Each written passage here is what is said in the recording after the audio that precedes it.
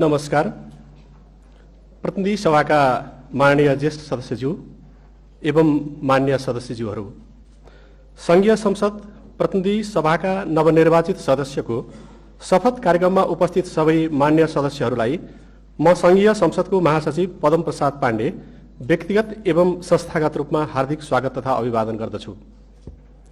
प्रतिनिधि सभाका लागि सम्वत 2082 साल फागुन 21 गते सम्पन्न भएको निर्वाचनको अन्तिम परिणाम सहितको प्रतिवेदन 2082 साल चैत 5 गते निर्वाचन आयोगले सम्माननीय राष्ट्रपति समक्ष बुझाएको बेहोरा यहाँहरू समक्ष स्मरण गराउन चाहन्छु। सर्वप्रथम म उक्त निर्वाचनबाट निर्वाचित हुनुभएका सम्पूर्ण मान्य सदस्यहरूलाई हार्दिक बधाई तथा जनअपेक्षा अनुकूल सफल कार्यकालको शुभकामना व्यक्त गर्दछु। जेनजी आन्दोलनको क्रममा अन्तर्राष्ट्रिय सम्मेलन केन्द्र नयाँ बानेश्वरमा रहेको संघीय संसद भवन क्षतिग्रस्त हुन गई सभा सञ्चालन योग्य नभएको र निर्माणाधीन भवन समेत तयार नभएकोले उक्त भवन संसद सचिवालयलाई हस्तान्तरण हुन नसकेपछि सभा सञ्चालनको प्रबन्ध गर्नमा हामी निकै विलखबन्दमा पर्यौं। विभिन्न निकाय तथा पदाधिकारीहरूसँगको पटक पटकको छलफल, पत्राचार, भेटघाट एवं दबावमूलक कार्यबाट समेत निर्माणाधीन भवनको सभाहाल संसद सचिवालयलाई हस्तान्तरण हुन सकेन।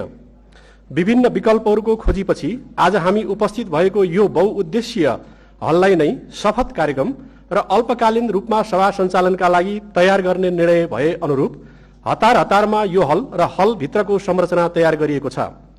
यस विषम परिस्थितिमा हाल तयार गरिएकोले यस भवनमा थुप्रै कमी कमजोरी हुन सक्ने भएको र त्यसबाट मान्यजीहरू, दर्शक, सञ्चार माध्यम लगायतलाई पर्न गएको असुविधाप्रति संसद सचिवालयको तर्फबाट क्षमा याचना गर्दछु। नेपालको संविधानको धारा 88 मा संघीय संसदको प्रत्येक सदनका सदस्यले सदन वा समितिको बैठकमा पहिलो पटक भाग लिनु अघि संघीय कानून बमोजिम शपथ लिनुपर्ने व्यवस्था गरिएको छ। त्यसैगरी प्रतिनिधि सभा सदस्य निर्वाचन ऐन 2074 को दफा 75 को उपदफा 1 मा सदस्यले प्रतिनिधि सभा वा त्यसको कुनै समितिको बैठकमा भाग लिनु अघि प्रतिनिधि सभाको अध्यक्षता गर्ने व्यक्ति समक्ष शपथ लिनुपर्ने प्रावधान छ। नेपालको संविधानको धारा 91 को उपधारा 5 मा व्यवस्था भए अनुसार सभामुख र उपसभामुखको निर्वाचन नभएको अवस्थामा प्रतिनिधि सभाको बैठकको अध्यक्षता गर्नुहुने सभाको ज्येष्ठ सदस्य माननीय अर्जुन नरसिंह केसीले सम्माननीय राष्ट्रपति समक्ष मिति 2082 चैत 11 गते शपथ लिइसक्नु भएको बेहोरा यहाँहरूको जानकारीका लागि अनुरोध गर्दछु र आज अन्य सदस्यहरूले नेपालको संविधानको धारा 88 तथा प्रतिनिधि सभा सदस्य निर्वाचन ऐन 2074 को दफा 75 को उपदफा 1 को प्रावधान बमोजिम ज्येष्ठ सदस्य समक्ष शपथ लिने कार्यक्रममा यहाँहरू उपस्थित हुनुभएको बेहोरा जानकारीका लागि अनुरोध गर्दछु। शपथका क्रममा माननीय ज्येष्ठ सदस्यले म भनेपछि मसँगै आफ्नो नाम थर भन्नुहुन र अरू शब्दहरू भनेपछि मान्य सदस्यहरूले पनि सोही अनुरूप वाचन गर्नुहुन अनुरोध गर्दछु। अब म प्रतिनिधि सभाका मान्य सदस्यहरूलाई शपथ गराइदिनु हुन मान्य ज्येष्ठ सदस्यज्यूलाई र शपथ लिनुहुन सबै सदस्यज्यूहरू समक्ष अनुरोध गर्दछु।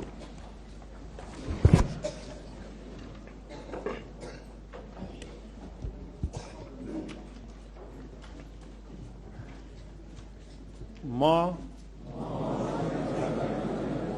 मुलुक र जनताप्रति पूर्ण वफादार रही सत्यनिष्ठापूर्वक प्रतिज्ञा गर्छु।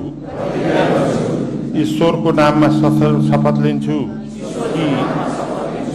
कि नेपालको सार्वभौम सत्ता, राजकीय सत्ता नेपाली जनतामा रहेको नेपालको संविधान प्रति पूर्ण वफादार रहँदै प्रतिनिधि सभाको सदस्य पदको कामकाज प्रचलित कानूनको अधीनमा रही मुलुक र जनताको सोझो चिताई कसैको डर नमानी पक्षपात नगरी पूर्वाग्रह वा खराब भावना नलिई पदीय गोपनीयता कायम राखी ईमानदारीता साथ काम गर्नेछु। धन्यवाद।